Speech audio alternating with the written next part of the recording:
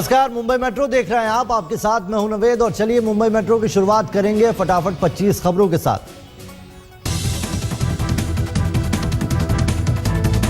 AIB knockout के खिलाफ Bombay high court में जनहित याचिका दायर, कल होगी सुनवाई। पुणे में एआईबी नॉकआउट के खिलाफ एफआईआर दर्ज, यूट्यूब चैनल और कार्यक्रम में हिस्सा लेने वाले बॉलीवुड सितारों के खिलाफ भी पुलिसिया शिकायत।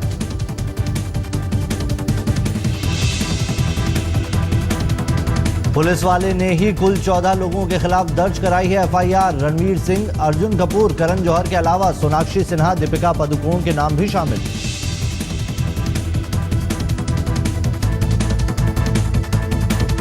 आईपीसी की धारा 294, 34 आईटी एक्ट 67A के तहत मामला दर्ज। इन धाराओं में 5 से 10 साल की सजा का है प्रावधान।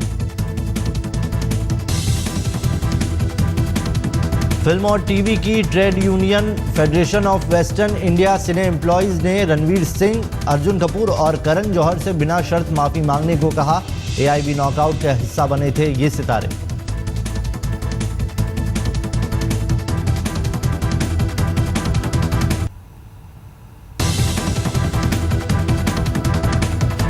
मुंबई में स्वाइन फ्लू से मामलों में बढ़ोतरी, 4 लोगों की मौत, 5 वेंटिलेटर पर। अब तक 23 मामले आए हैं सामने।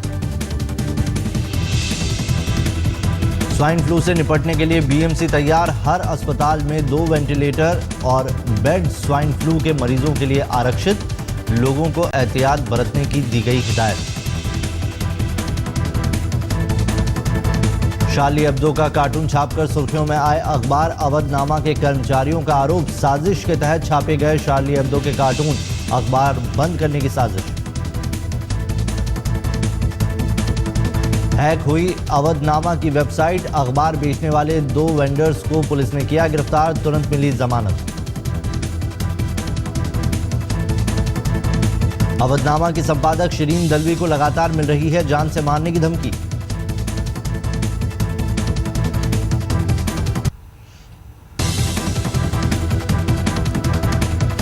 शाहरुख खान को बीएमसी का नोटिस, मन्नत के बाहर अवैध निर्माण को 7 दिन के अंदर तोड़ने का निर्देश, ना तोड़ने पर बीएमसी तोड़ेगी।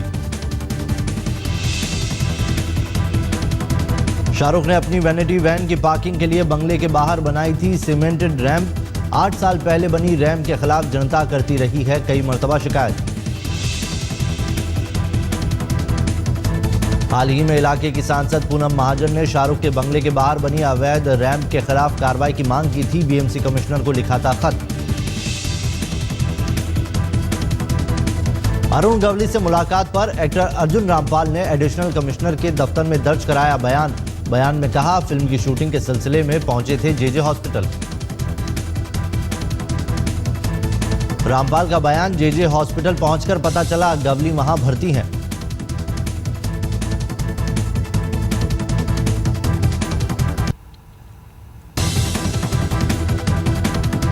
घूसखोरी में फंसी कोल्हापुर की मेयर तृप्ति मालवी को 50,000 रुपए के निजी मुचलके पर कोर्ट से मिली जमानत। 16,000 की घूस लेती पकड़ी गई थी एनसीपी नेता।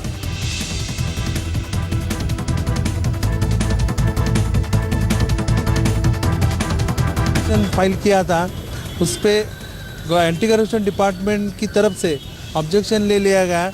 उसमें कोर्ट ने 50,000 अमाउंट के जामीन के ऊपर उनका जामीन बेल मंजूर कर दिया। कोल्हापुर के शिवाजी पेट की माली गली के सार्वजनिक शौचालय के लिए जगह वापस देने के लिए 40,000 रुपए की मांगी थी घूस। 30 जनवरी को कोल्हापुर के कॉरपोरेशन ऑफिस में घूस लेते पकड़ी गई थी। मुंबई से सटे ठाणे में जुए के एक अड्डे पर 3 लाख लूटने के आरोप में 5 पुलिस वाले गिरफ्तार। जुगार अड्डा चलाने वाला और मटका किंग बाबू नाडार भी पुलिस की पकड़ में। संविधान से धर्मनिरपेक्ष शब्द हटाने के शिवसेना नेता संजय राउत के बयान के खिलाफ भारतीय मुस्लिम महिला आंदोलन ने किया प्रदर्शन। शिवसेना से माफी की मांग की।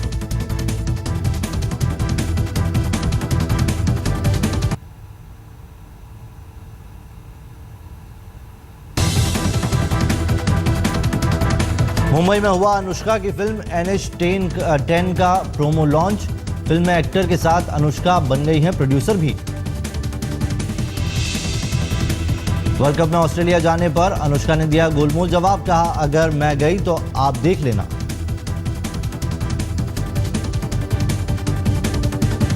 No, because we'll be promoting the film, so I'll be here. If I go, you'll see me there. AIB पर बोली अनुष्का, गंभीरता से लेने की जरूरत नहीं। अनुष्का शर्मा ने कहा कई और गंभीर मुद्दे हैं मौजूद।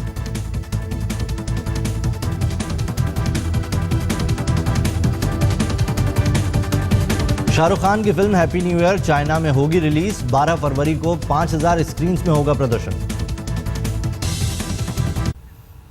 और चलिए मुंबई मेट्रो में अब खबरें देखते हैं विस्तार से। शाहरुख खान के घर के बाहर उनकी वैनिटी वैन की पार्किंग की बनी रैंप को लेकर बीएमसी ने उन्हें नोटिस जारी कर दिया है। नोटिस में शाहरुख को 7 दिन में इस सीमेंट से बनी रैंप को तोड़ने का आदेश दिया गया है।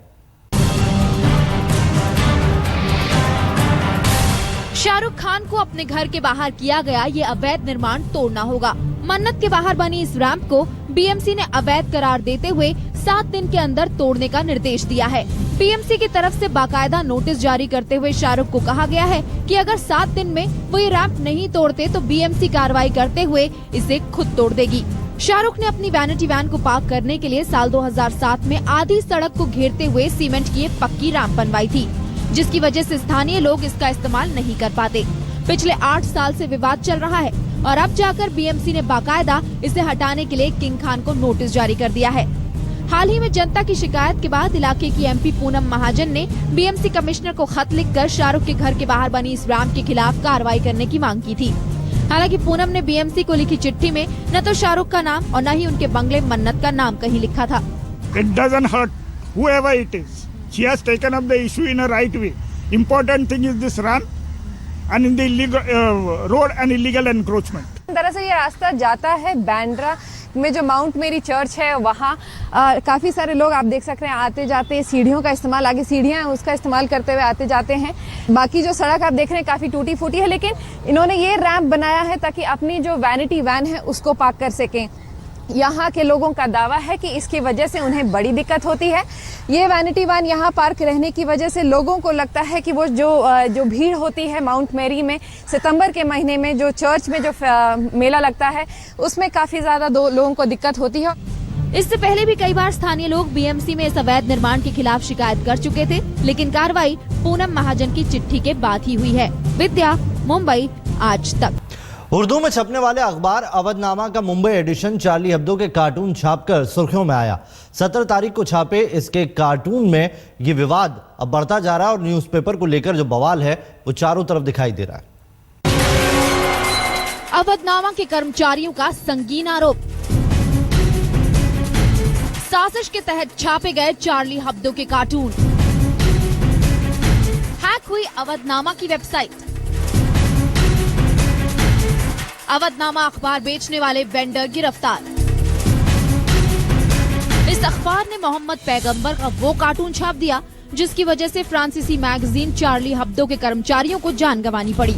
17 जनवरी को कार्टून छपते ही अखबार ठप हो गया। गुरुवार को उसी अखबार के कर्मचारियों ने चौंका देने वाला खुलासा किया।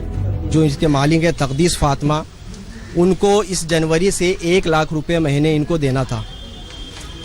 तो एक तो ये इनका बचा और दूसरा एक बंद करने की सूरत में इनको 1 करोड़ रुपया हर्जाना देना था। ये दोनों बचा। तो इस तरह से इन्होंने एक गेम खेल करके ये जानबूझ करके ये कार्टून शाया किया ताकि कानूनी फंदे में आ करके ये अखबार खुद ब खुद बंद हो जाए, कोलैप्स हो जाए और इन्हें वो 1 लाख रुपया और वो 1 लाख रुपया महीना और वो 1 करोड़ रुपया न देना पड़े। एक तरफ अखबार के कर्मचारी एडिटर पर आरोप लगा रहे थे तो दूसरी तरफ मुंबई पुलिस ने अवधनामा का 17 तारीख का एडिशन बेचने वाले 2 वेंडर्स को गिरफ्तार कर लिया। दोनों पर आरोप लगा कि उर्दू भाषा जानते हुए भी दोनों ने आखिर ये अखबार बेचा कैसे। हालांकि उन्हें तुरंत जमानत भी मिल गई। ऑनरेबल जज मजिस्ट्रेट ने सुना और उन्होंने बोला भाई कि ये वेंडर्स हैं, हॉकर्स हैं, इन पे culpable liability can not be fastened. Culpable liability बनती नहीं इनकी, तो कोई भी बेच सकता है इसको और मोस्टली इनको उर्दू आती भी ना हो।